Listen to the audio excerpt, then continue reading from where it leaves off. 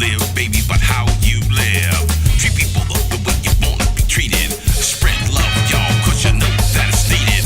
I'm Master G, baby, and it's my turn. We're calling this one, look, listen, and learn.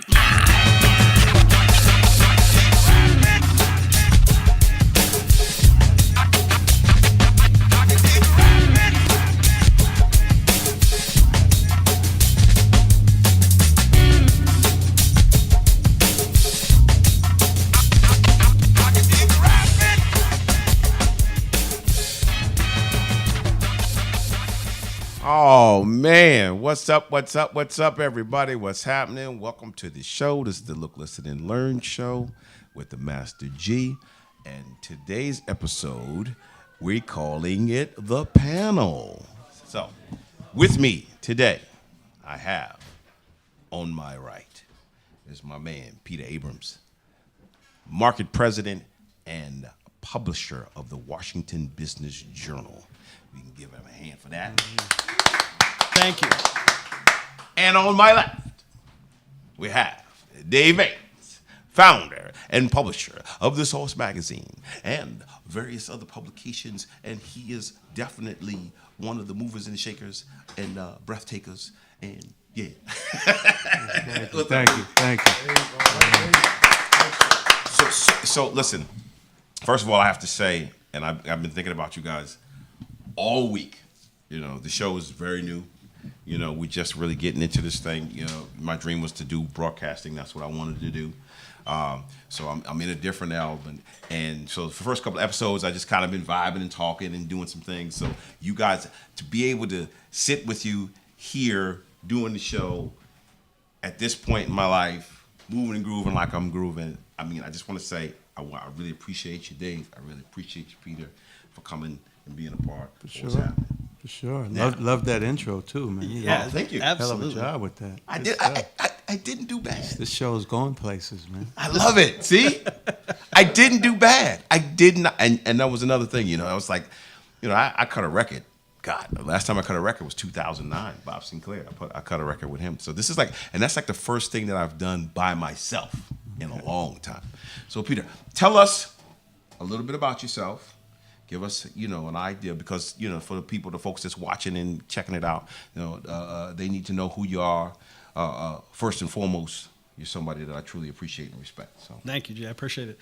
So first of all, the fact that you could get an old man tapping his toes with that intro, that is impressive. That's all I have to say. That was not an easy thing to do. I'm cool with that. So yeah, I've been publisher just a short time, 4 months. The Business Journal. I've been in DC for about 30 years. Wow. Just before I came here, I was in the music business. So I was a talent Yeah. agent, booking agent in Boston, and used to listen to your man Dave Oh, on the air when I was growing up in high school. Oh, yeah. Just after that, so it's great to be here.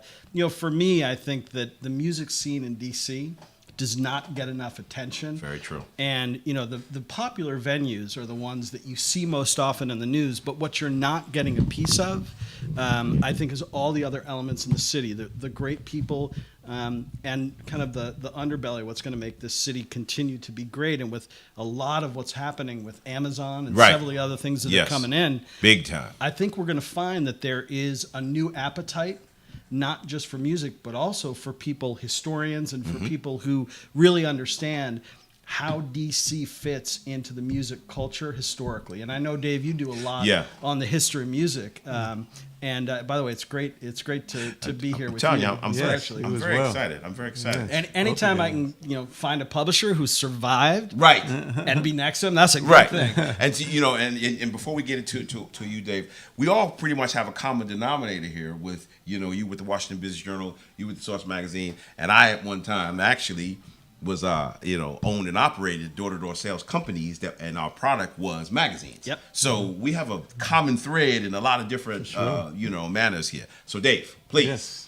for those that don't know, but I know they know, just, you know, turn them on. Sure. Well, you know, my name is Dave Mays, and back in 1988, when I was a college student, Where? At Harvard, Oh, yeah. undergrad, and I was hosting a radio show, as Peter mentioned. Right.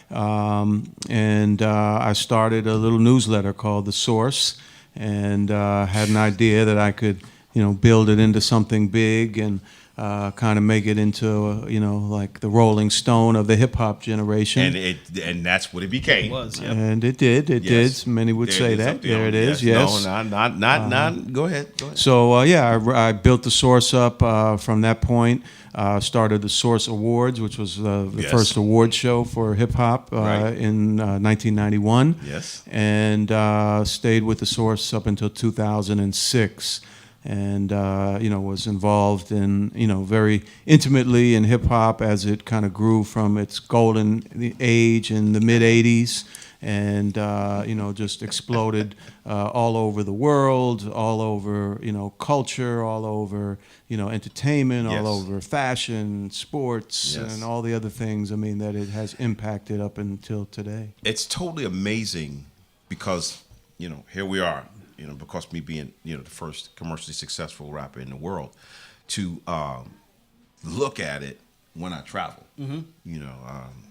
France and Germany and Singapore and all these different countries that I go to. You got French rappers. You got it's unbelievable to see how far the music has stretched.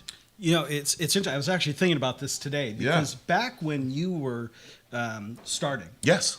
the other music side of the other side of the coin was heavy metal. And for me, I could not relate. I couldn't hear the words. It felt like screaming to me. And if you remember when rap started, it was the spoken word. It was really about the lyrics, what it meant, Yes. How it affected you. If you look at your opening, you think about the lyrics. Yes. And I think that for me, that's what I gravitated towards because I just couldn't get into it. I didn't like the beat of heavy metal, and I just didn't like the lyrics. It didn't mean anything. The rap became that other venue. It became that other avenue. Like I just saw so many people and I've met so many people that have said to me, "Man, if it wasn't for rap, man, I wouldn't be here."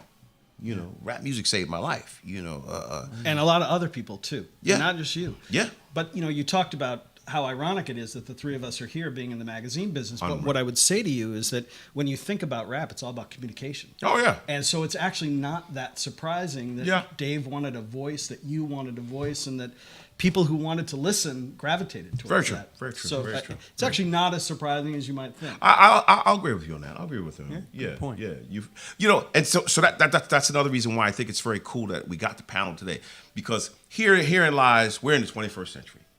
Okay, we got a lot of things going on in our world. There's a lot of things happening right now. One of the things, and I feel like the thing that I want to do most is I want to be able to hear somebody else's opinion. I'm not going to go crazy. I'm never going to get too out of control. But like, for example, what do you guys think about the upcoming election situation? Oh man, I know, that's a huh? tough first question. G. I've been thinking about this question. I'm telling you, and that's where I am. I go with my vibe, and I've been thinking about. I mean, I've been in the gym literally. I've been in the gym working out. I've been sitting in the green room, and I'm saying to myself, because you got my man from Newark, which I met, Booker. Yep. Right, Cory Booker, and then you have the Ortiz, the lady. Yep. Yeah, and then you have Beto O'Rourke. right, and Camilla. Amy Klobuchar. You have all of these different. And then of course Bernie. You got the Bernie. Right. So, but my thinking is like, what is the real deal situation? I just want to feel, because personally I feel like that if people want change, you have to make change. That's what I feel like. Well, it's interesting. If you look at what's happened since Barack Obama was in office, Exactly. a lot of the things that are important to me have been reversed. And whoever is elected needs to work hard at undoing a lot of these things that have been done, particularly when it comes to things that are important. I mean, you can talk about the programs and the taxes and, all of that can be reversed in pretty short term. The $600 trillion or whatever he's added to the national debt can't Right. be. What is harder to overturn are things like Supreme Court nominations. You're seeing that play out today. Yeah, absolutely. When we're talking about the freedom of speech. And that's, when you look at some of these far-ranging issues, I think if we don't move far to the left, I think we're gonna be sorry, and I think my kids are gonna pay for it. Yeah. What do you think, Dave? I know it's a heavy question, but I ain't playing today. I got to take full advantage of the situation. Let me see. I mean, I think there's an opportunity for some change, some good changes to happen, and hopefully, hip hop and the younger generation can be a part of it. One of the things that I like that's going on is I feel like the younger generation is becoming more politically and socially conscious in a way that kind of was, the last generation sort of skipped, like from when hip hop was really coming of age in the 80s and 90s, and it was a very strong social and political, movement and element to it. And but after kind of the mid 90s, you got into this era where, I think a lot of that was lost, stripped away. People got caught up in just, the money and all the money that was being made. Right. And so I think there was a long period of time where, there just hasn't been that consciousness amongst younger people. But with things in the last few years like Black Lives Matter, and others, I think that you're starting to see, some resurgence of interest amongst the younger people. And ultimately, I think that's, what it's going to take to change things, because I feel like, a lot of people that are older are just, kind of stuck in a certain way of thinking about the world and thinking about politics. And, and when you look at things, from one standpoint, there's not, a lot of things that are still the same, whether we've had a Republican or a Democratic president. I mean, like, again, taking it back to hip hop, in the late 80s when, NWA came out with F the Police, and, when Public Enemy, came out with all the things they were talking about, bringing attention to race, racism, systemic racism, police brutality. Yes. I mean, that was 30 years ago, and we're sitting here today with the same situations, if not worse. Still dealing with it, from that standpoint, nothing's really changed. Yeah. So it's worse than maybe hidden. You look at what happened at GM. I mean, that was just horrific. Oh my God. But there is an acceptance of that which has to change. There's an acceptance of behavior now that has to change, and it does have to start with leadership. And I can't figure out who I'm going to vote for. Right. But it has to change, and that's what I'm looking to hear. And see, that's the thing. And for me, I really didn't get into, actually, believe it or not, I didn't vote till actually last year. No, the last election, not last year. The last election. I was, again, in business for myself, and I definitely was never really into the whole government situation. And I felt like when, and I don't like to bring in names, because one thing I'm not going to do is talk negative or bash people, because as far as I'm concerned, enough of that goes on. But when that person was put into that situation, and it was him and the other person, I said, listen, I can't complain if I don't do something. If I don't vote, reason why I voted in the last election, this is the reason why, sole reason, because if I didn't want that person to be there, I didn't want to be the one that said, well, I didn't do anything about it. I just don't. So I made it my business. I live in Maryland, and I registered, and and I voted. But for me, I personally think that if you don't do anything, then you can't complain about what's going on. And I need people, and the reason why I asked that question going into it is because I really want people to do exactly what they got to lead. They got to lead, and the young people have got to get involved. When you look at what happened with Obama, when Obama became, a force to be reckoned with, young people got behind him. Young people got behind him so hard, and then the social media situation took that to the next page, and it just kept rolling. And then, once that happened and he moved on, it kind of like, it just lost. Right. And I think you got to get young people to focus. But here's what I would tell you. What was very interesting, and I look at my own kids and their friends, is that they were making decisions on their own about Obama. Yes. They were not following their parents. And I think you look at how, kids think politically now. Yes. when I was growing up, you kind of followed whatever parent you were closest to. Right. And that was how you made your political decision. Right. Whereas you look at it now, and I look at my, a lot of young kids who are just coming of age to vote. My son voted for the first time this year at 18, and he was very intentional, and he really could not care who I was going to vote for. It was about him. It was his decision, Yeah. and he felt very much empowered. Yeah. And if you think about it, when I was listening to rap way back when, it was the young people's voice. Oh no, it still is. Because there was not another voice. Because No, they no, were no, not it still heard is. at all. And that's the thing. And Dave, I think you can understand that too. Is that I have conversations with people on a regular basis, and one of the most said statements to me is, "Oh, it's not like it was when you started." And I have to explain to people that in a certain degree it is, because whatever's said about music today was said about my music when I first came out. Yes. And the reason being is because it's the young person's voice. So if I'm a person that's 50 and up, I'm not going to understand everything that's going on right now. If I do, I'm an exception, because the music that's going on, or rap music that's happening, is really being connected by the 15, 16, 17, 18, 19, 20-year-old person, which is the same thing that happened with us. When we put out Rappers Delight, and I was having this conversation with somebody, we literally could not get some stations to play the record because Hank said Super Sperm. Because he was talking, and now we're looking at, yeah, this is a fact. Now you know what's going on now and what's out there now, and the generation before us was R&B, soul, jazz. Those were the people that those older, our parents, my parents, etc. They were listening to that music, so they looked at us. Many of people from that generation looked at us and said, that's not music, and it's not real, and just like you're saying, the words are coming out. But people said, I can't hear it. I don't understand what they're talking about. The same exact things. So what happens is it grabs people, but it has to affect people. And that's what I think has to happen too with the world. Let things go on the way they go on, but you got to be affected. You have to allow it to affect you to make something happen. And if you don't make something happen, then you can't complain. Yeah. So moving right along. Sorry, I got that out the way. I felt like I'm pretty serious. No. I'm just glad we're moving on. Yes. Yeah. And we did it nice though. Yeah. We did it nice. We didn't bash anybody, and I didn't want to.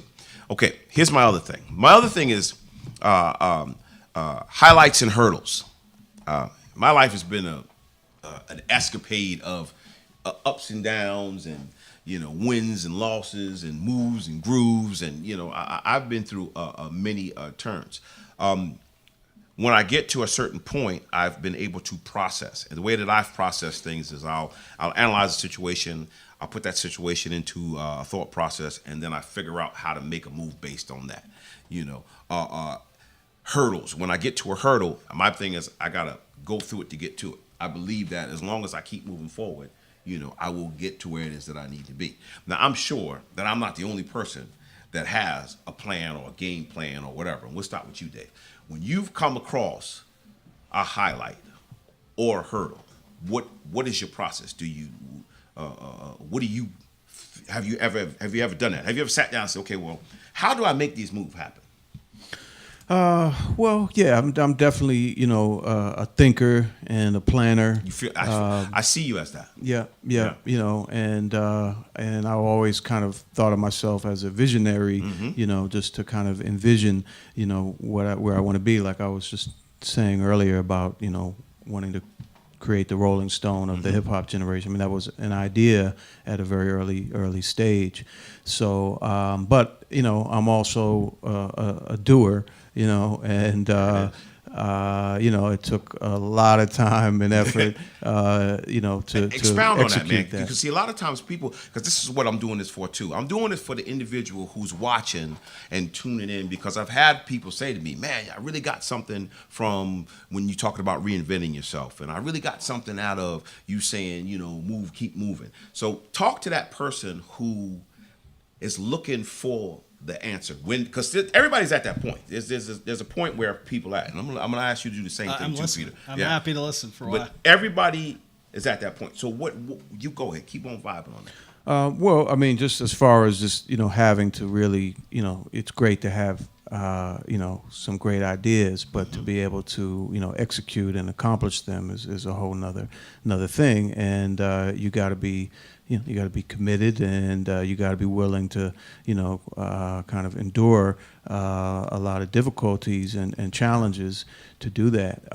But as far as dealing with those kinds of hurdles and challenges, I think again, it's just for me, it's always been about kind of seeing where I'm going and having a confidence in my ability to put a path together to get there. And as hurdles come up, I'll evaluate them and adjust accordingly. But always that kind of place where I'm planning to get to is there, and the kind of strategy that I have is there.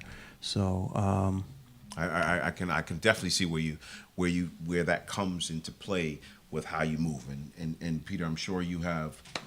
It's a very different strategy. I wish I was as thoughtful as Dave, but that is not. I'm a little bit of a rhinoceros. So when rhinos are confronted with a tree, they don't go around it, they go through it. Okay. So for me, when I find a hurdle, typically what I do is I will figure a way to fight through that.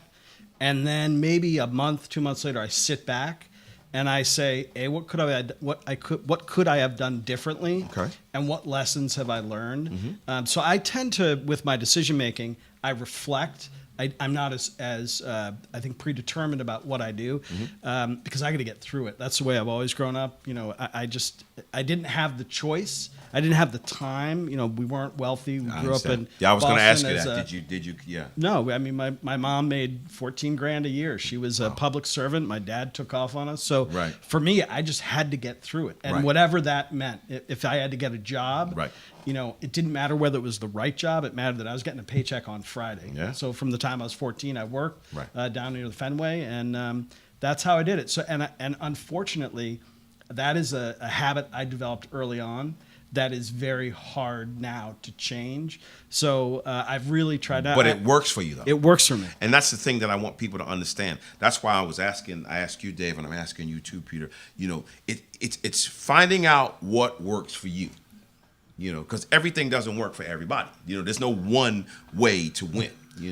Yeah, the one piece of advice, if we're giving advice, is that was going to be the next thing. People have to have courage to make mistakes. There it is. And I do it every day. I screw up, G. I'm sure you do too. Every day. Oh my God. And I've learned to not be as apologetic and more think about what would a better decision have looked like. Right. But I would rather someone make a mistake than take too much time. I'd rather them take a risk than decide to do the opposite. I mean, we never would have had rap. We never would have had The Source. We never would have had Hip Hop Weekly. We never would have had any of that had someone not decided, I'm going to take a risk when everybody thinks I'm a fool. Oh, no. Believe me. True. They looked at me like I was crazy because, the people that I was dealing with, they didn't have the best reputation in the music business. Yeah. And so a lot of people said to me, hey, man, I don't know if you should mess with them and blah, blah, blah, blah, blah. But, in my situation, it's I don't have a clue until the clue comes to me.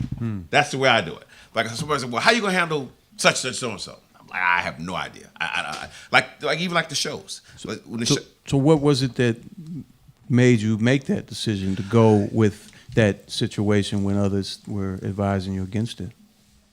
I just knew in my heart, man. I went with my gut. Okay. I went with my gut. I knew that a lot of people ask me this question. They say, did you know? Somebody asked me this question today. Did you know that it was going to be, that rap was going to become what it's become? No, I had no clue.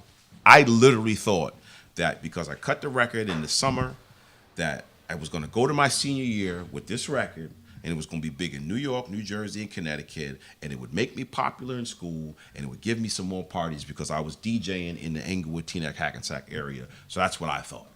But beyond that point, I just knew in my gut that it was something that I needed to do because it was different from everything else. So I think if I have to say, what is the thing that I always use as a common denominator, I always want to be different. I always want to do something unique. I want to look unique. I want to talk in a unique manner. I want to do unique things.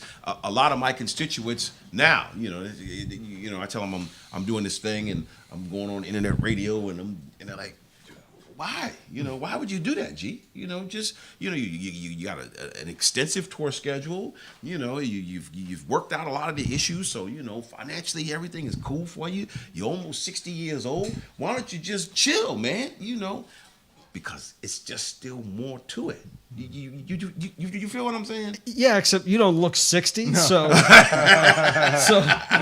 think you're still out there doing the same thing because Bless your heart. It's still fun and good. 57 and kicking. Wow. So I know. Do you have something? I was just going to say, if you think about the three original forms of music that were generated in the U.S., go-go, hip-hop, and jazz. Yes. I mean, and think about those roots and where that came from. I think it's pretty cool. And I'm glad you took the risk, and Dave, I'm glad you took the risk as well. Man, listen. So, Peter, I know that we're into that time, and I got it. My competent person that I won't even bring that individual. He's always so. Yeah, no, he's isn't he? Yeah, we know him, right? He's clock watching the whole time. Yeah. But Peter, really. Thank you. I appreciate you letting me drop by. It was a treat. I appreciate you coming in. Dave, I'm sorry to elbow in on your time. Yeah, so nice to see you No. again. It's awesome. Let's give him that send off. Yeah. Let's give him a shout out. Thank you, Peter Abrams, Washington Business Journal. Oh my gosh, this is pretty cool. Yeah, that's pretty cool. I mean, thank you. Yeah. I really feel like it's moving, man. Yeah. You're doing it, man. This is all right. It's not bad. Yeah. What's going on with Jay Quan? Is he joining us? Yes. Well, see, Jay in 10 minutes. Okay. Yeah, Jay is going to be joining us in 10 minutes. And let me tell you, Jay is the real deal, man. Yeah, he knows his stuff. Man. Up and down. Wow. Thorough. Whoa. I'm always impressed with people. I have an 11th grade education. I dropped out in the 11th grade. And so I've always been impressed by people with intellect. I know you graduated Harvard, right? I did. Yeah, and that's an achievement, man. I mean, bottom line, that's an achievement. Everybody doesn't, everybody doesn't have that on their resume. I've always thought about, in somewhere down the line that I might even go and, do a GED or whatever the case may be. But what I have done over the years is I've become, more into reading. I've become more into, documentaries, and I think that's part of how I was able to develop. And then the most important thing was the fact that I traveled, So Jay is impressive to me. He is extremely impressive to me because you can tell that he has that, he has that substance, So we and again, but let's get into some of the stuff that's going on this weekend. Okay. Yeah. Yeah, we have a big weekend. Yes, we do. Yeah, we have a big weekend. We'll be sitting next to each other again, something like this on Saturday. Yes, we will. Yes, we will. It's going to be fun. Go ahead and let the folks know, man. Talk to them. Well, this is the grand closing weekend for the Hip Hop Museum pop-up experience that's been here in Washington, D.C. since middle of January. Yes. And this was the debut of the museum experience. Thank you. Yes, you did amazing. You and Jeremy. Thank you. Shout out to Jeremy Beaver. Absolutely. All day, every did way. His thing, doing his thing. And so it's been awesome, man. Really, really exceeded all expectations, and it's picking up momentum. There's a lot of interest around the country now for us to take the museum experience to other cities. I'm looking forward to that. But this Saturday, we're going to have Biz Markie in the building. We're going to have the Beatnuts in the building. We're going to have DJ Doo-Wop. Domingo. This is so cool. Oh man, who am I forgetting? Cannabis. Wow. Milk D from Audio 2. A whole bunch of legends from Washington D.C. who've been part of the hip hop world here. Quite a number of DJs. DJ Iron, DJ Funk Regulator CeeLo, DJ Trini. A few others. Nonchalant is going to be there as well. Who's really the first rapper from DC to ever get signed to a major record label in the mid-90s. Okay. So I'm excited that she's going to be there. We're going to Okay. be recognizing her. We have our panel in the afternoon where we'll be discussing why it's important that we document and preserve hip-hop culture. That's from 2 to 4 p.m. Yes. And then kind of the rest of the festivities Hanging, kick off yeah, at 6 moving and p.m. groove, with yeah. the We're gonna do a induction show. ceremonies. There's some performances. Chief Rocker Busy B, can't forget him. Yes. Big shout out to Biz. He'll be performing Yes. as well as the Beat Nuts and DJ RBI. I see them in Europe a lot at the Beat Nuts. Yeah, they do. They do. I seem see to them do a in lot of Europe shows a over lot. there. I've run Yeah. across them in Budapest, and I've run across them in Germany. I see them a lot overseas, man. Yeah. Yeah, cool. Very cool. Yeah, so excited. Yeah. Now, and then going into before, actually, for me, of course, I'm gonna be on the panel. For me, Friday night. Man. Yeah. You just told me about that. Yeah, That's I gonna know, be- I know. So, for Sugar Hill historians, we were discovered in a town called Englewood, New Jersey, and we also recorded in a studio in Englewood, New Jersey, and I lived in Englewood, New Jersey. Okay, so everything kind of happened in Englewood, New Jersey. Now, here we are, 40 years later, and I moved to New York. I moved from New York to Teaneck, New Jersey, which is right outside. So it's Englewood, Teaneck, Hackensack. They're all right in the same area. Right over the GW Right Bridge. over the GW Bridge, Northern New Jersey. And I've said this before, and I'm, just so people know, when you lived in the Harlem or that area, you kind of, and your people did well, you moved to Jersey. And then if you were out closer towards Queens and all of that, and your people did well, you kind of moved out to Long Island. So Brooklyn was kind of in that too. So my folks came from Brooklyn, and they moved to Teaneck. So in 1969, we moved to Teaneck. So that Teaneck, Englewood, Hackensack area was my area. So now we're going from, I went to elementary school, junior high, high school. I played drums in, bands in my neighborhood. And my father was a trumpet player, and we had a studio. And this is, again, in the 70s, and I thought we were really doing well. But we had a studio in the basement of our house in Teaneck. Nice. And he recorded jazz musicians, Reggie Workman and Don Cherry, which of course is Eagle Eye Cherry, and Nina Cherry's dad. Oh, wow. Yeah, he was an amazing trumpet player that played in our house. Segue, I'm walking down the street, Palisade Avenue. I run into Sylvia. One thing leads to another. We go into the studio right off of Palisade Avenue, 96 West Street, cut Rappers Delight. The rest is history. Yeah. Okay. 40 years later, the theater that I will be performing in tomorrow night was the movie theater that my dad took me to see Dirty Harry when I was in 3rd grade, man. Wow. At the same movie theater. Unreal. Wow. Unreal. And you got an incredible lineup of people. Oh, and then the lineup is even amazing. Yeah. Mm-hmm. So we got Black Sheep, Onyx, Slick Rick, Rob Bass, Roxanne Shante, of course us. Hope they got a lot of seats in that building now. But and again, this has been a really weird week for me when it comes to creative. As you being a creative person yourself, you can appreciate creativity comes from within. Yeah. And sometimes it comes from being without, or sometimes it comes from just inspiration. I personally, when I came to the New Jersey area, and I'm going to share this, and I don't think I was, but I would. But my dad, my stepdad, my mom, and my sister, we all came from Brooklyn to Teaneck. And then my brother was born, my brother's an actor, and you remember The Last Dragon. My brother was Richie in The Last Dragon. So what age did you move to Englewood? I was 15 when I moved to Englewood. Oh, okay. Yeah. So you grew up in Brooklyn before that? Well, I was in Brooklyn, but we were in Teaneck too. So we were, and my grandmother lived in Mount Vernon. So that's why I explain this to people all the time. I split my life across the George Washington Bridge, Mount Vernon, Brooklyn, Teaneck, that whole time. Yeah.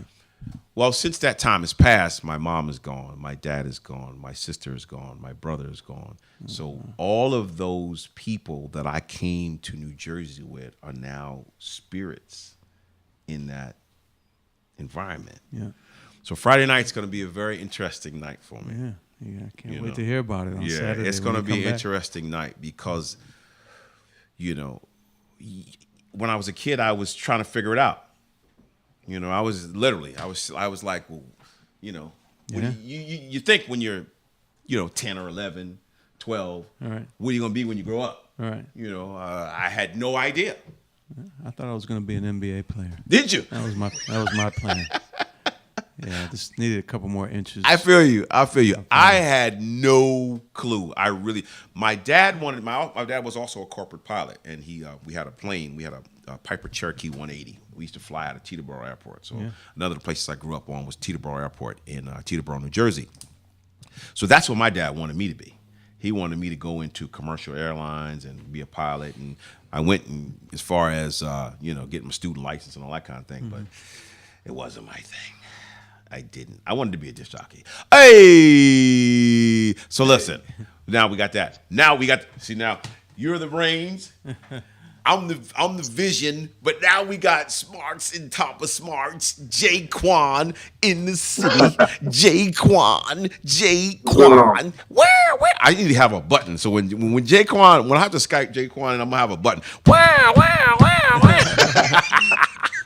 What up, Jay? What's good, man? What's good? It's all good. What's up, Jaquan? How you doing, man? Great, man. Good to see you. Very exciting, right, Jay?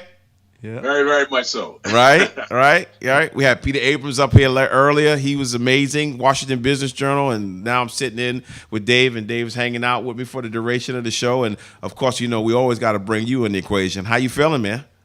I'm good, man. I'm really good. How about yourself? You looking forward to this weekend? I heard you talking briefly about the return to Inglewood. I'm still trying to figure it. I was just telling Dave, man. I'm getting really spiritual about the whole thing, man, because the people that brought me there and the people that I grew up with there are all there in a celestial way now, man. So it's going to be interesting how what my vibe is going to be like when I hit the stage tomorrow. Yeah, you going back to the essence of it all, man. That's great. Yeah.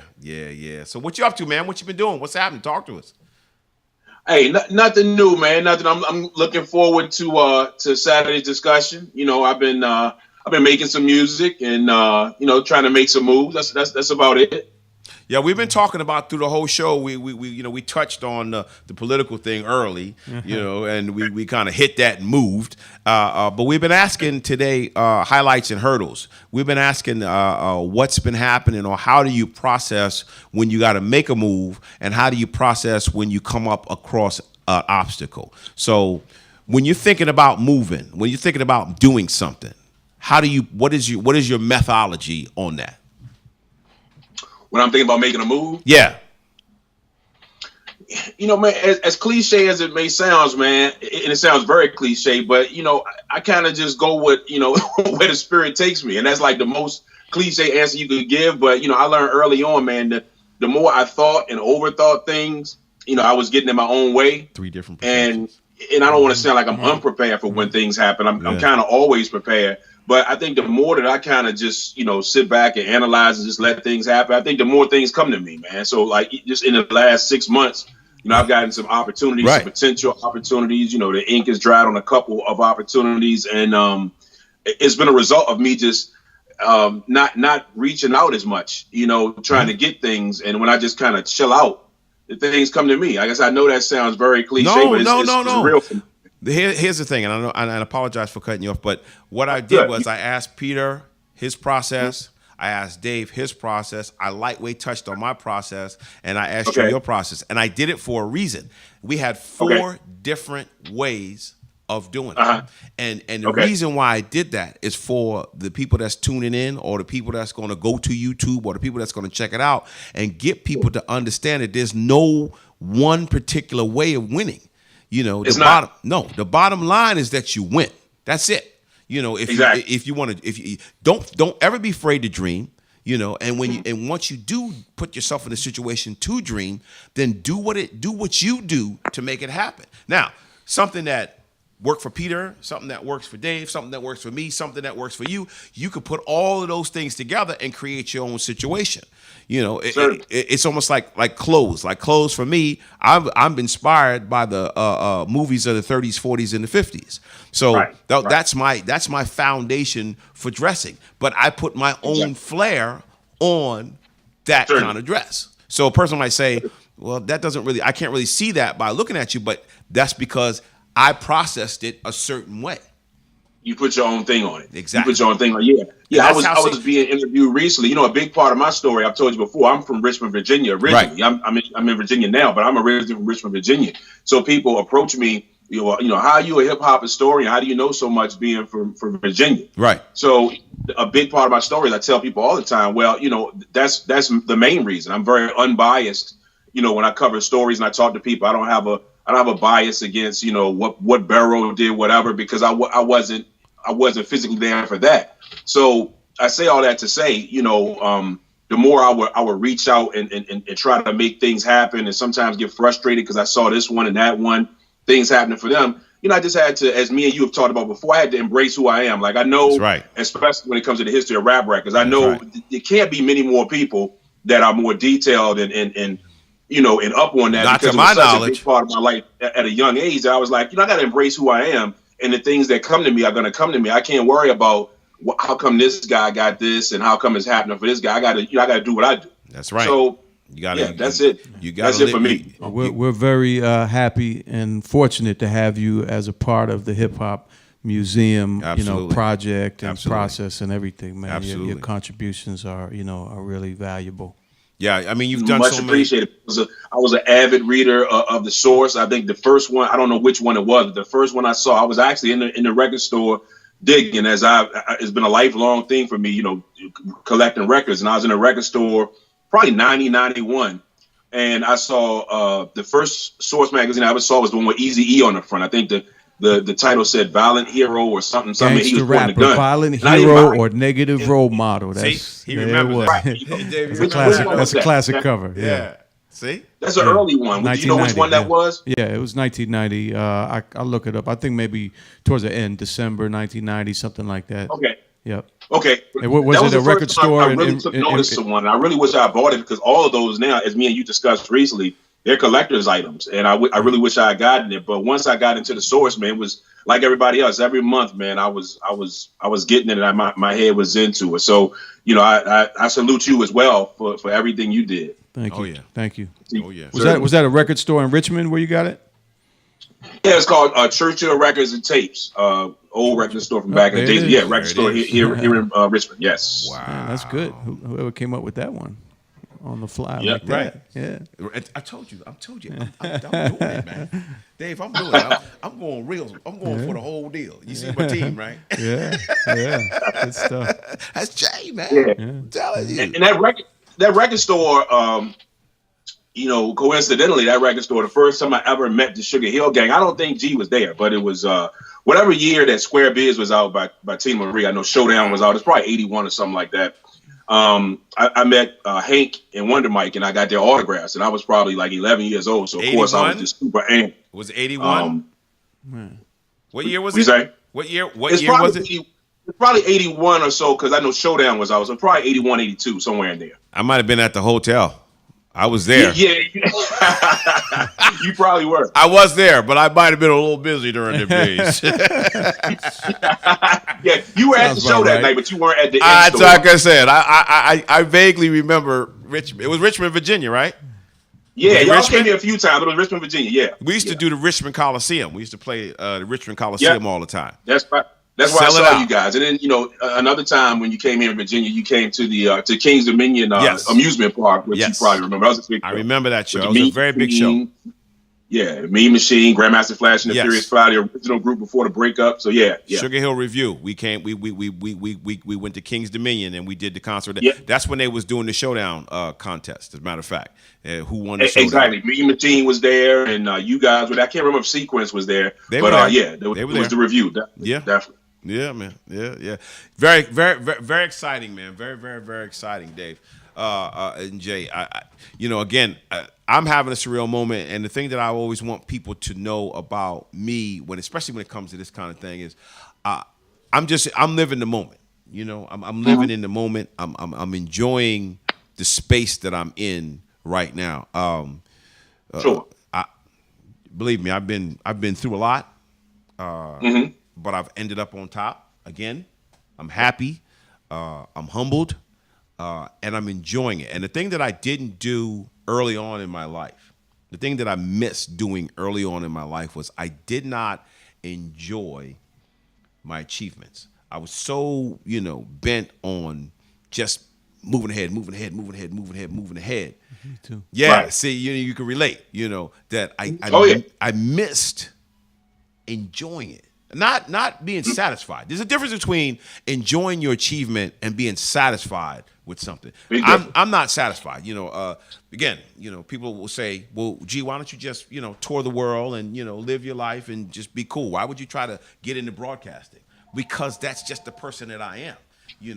Exactly. I've been fortunate enough to live long enough, but before I wanted to do this, I was ahead of the curve. But I've lived long enough now to be a part of the curve, and now I'm taking advantage of it. I'm not satisfied, but this moment for me is very enjoyable. And that's the difference now, I think. That's one of the biggest difference in my life now is that I can enjoy sitting here with you doing this. Whereas in the past, I was always, preoccupied. Yeah. Right. That was me for sure. 100%. Well, that's a great thing, man. This stretch of our lives, and we're all within the same age group. I'm older than both this of y'all. stretch of our lives, it's a good stretch, and it's one of the benefits. And me and you talk about this often. Yeah. It's one of the benefits of living a good life, living healthy. I know you talk a lot about health and wellness and things. Oh, yeah. So on I was in the the gym back today. end, Me too. you still got all your teeth, and you still in a Yeah, I good got all my position teeth. to enjoy and reflect back. What'd you say? I stick out my teeth. Let me tell you something. Right. I mean, this is a good stretch, man. You're able to sit back and look at what you've done. You're about to celebrate, 40 years on Yes. on the first successfully distributed and recorded, rap record. So, Yes. that's a lot to be proud of and a lot to look back on and enjoy. You still here touring. A lot of people are not able to tell us. Very tell true, that man. kind of story. Very true. Again, I think where I'm at right now. I'm just so thankful, man. I'm so thankful that the world has given me an opportunity, man, to live this music. You know what I mean? I think you feel the same way in respect that the music has given us a chance, man, to live pretty much on our own terms. Yeah. Even me being in, the door-to-door business, whatever the case may be, I was always connected to the music in one way or another. So, be it from a business standpoint and, developing and creating sales teams to go out and do whatever, I still used my traits as an artist and as an entertainer to motivate people, to teach people, to train people. That was my foundation, and Right. and then the music being a part of me stayed with me long enough for, here we are now enjoying it and living it, I got a question for you. So Yes. with Sugar Hill Yes. Gang, I mean, you guys had enormous success. Yes. For quite a number of years. Sure. But then I think as hip hop evolved and that next generation came in, you guys were not as popular. Yes.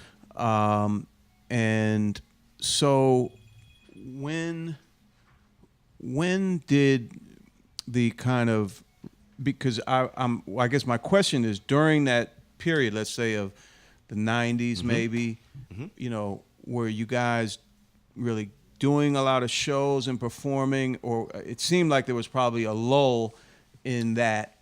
Maybe it was overseas, but then when did the resurgence of interest again start in terms of people wanting to book you guys to perform in a more let's say nostalgic way than Or on a grander level, you mean? Yeah. Well, between 85 and 2005, I wasn't a part of Sugar Hill Gang.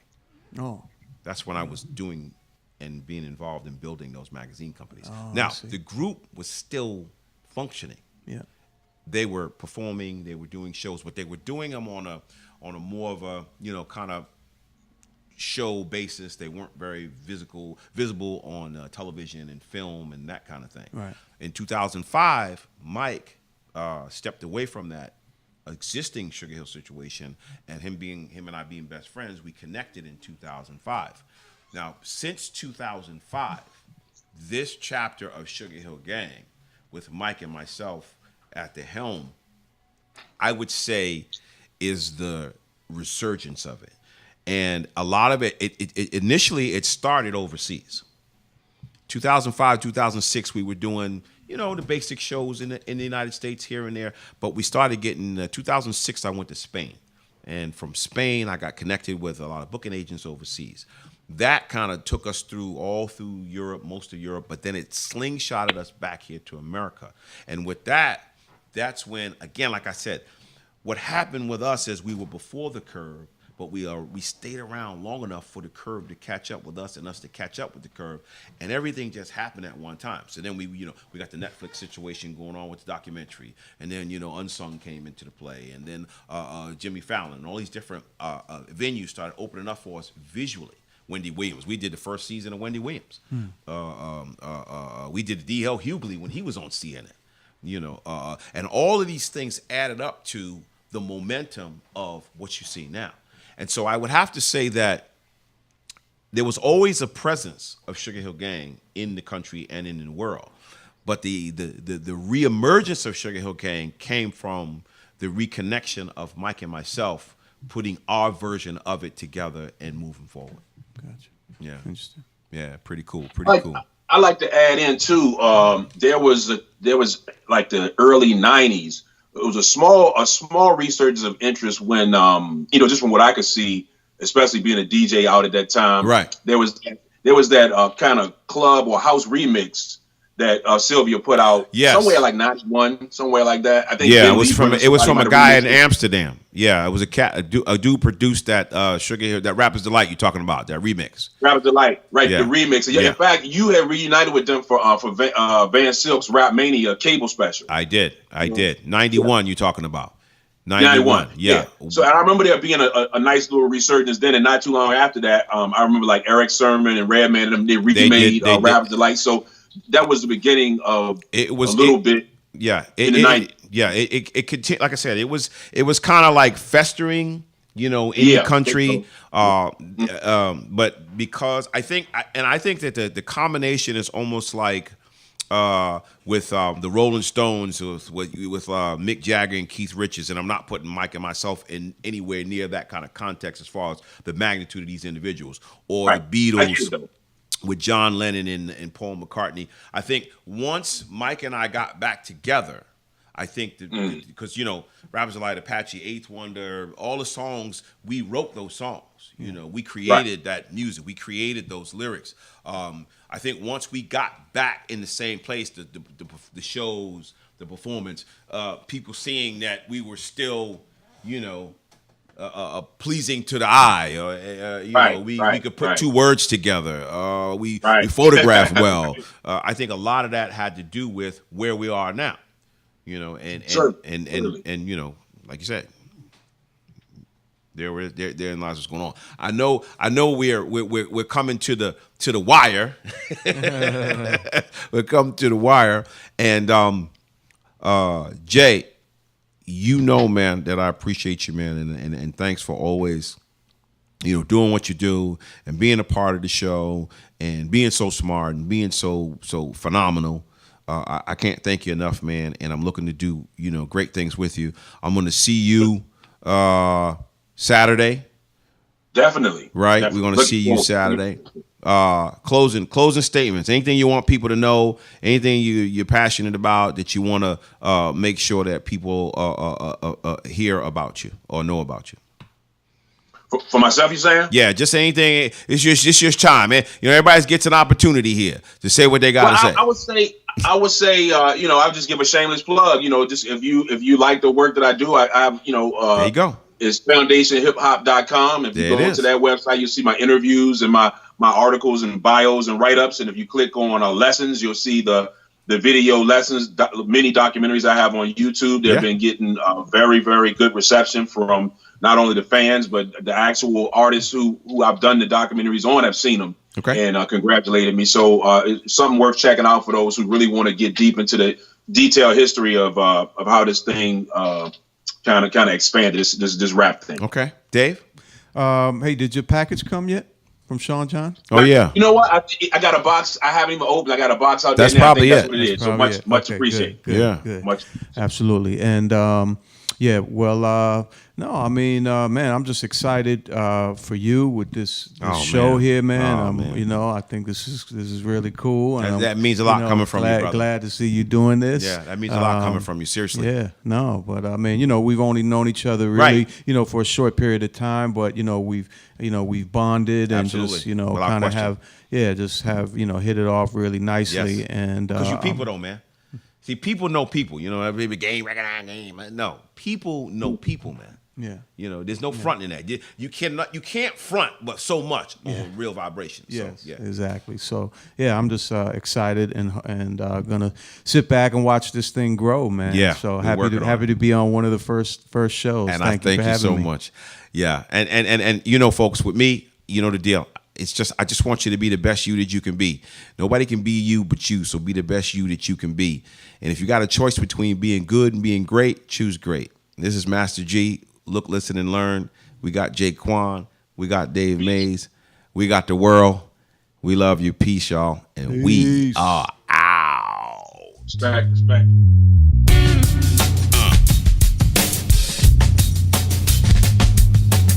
Been given the power to correct the damage to the minds of the lives I affect. It's not what you get, but what you give. It's not how you live, baby, but how you live. Treat people the way you want to be treated. Spread love, y'all, cause you know that it's needed. I'm Master G, baby, and it's my turn. We're calling this one. Look, listen, and learn.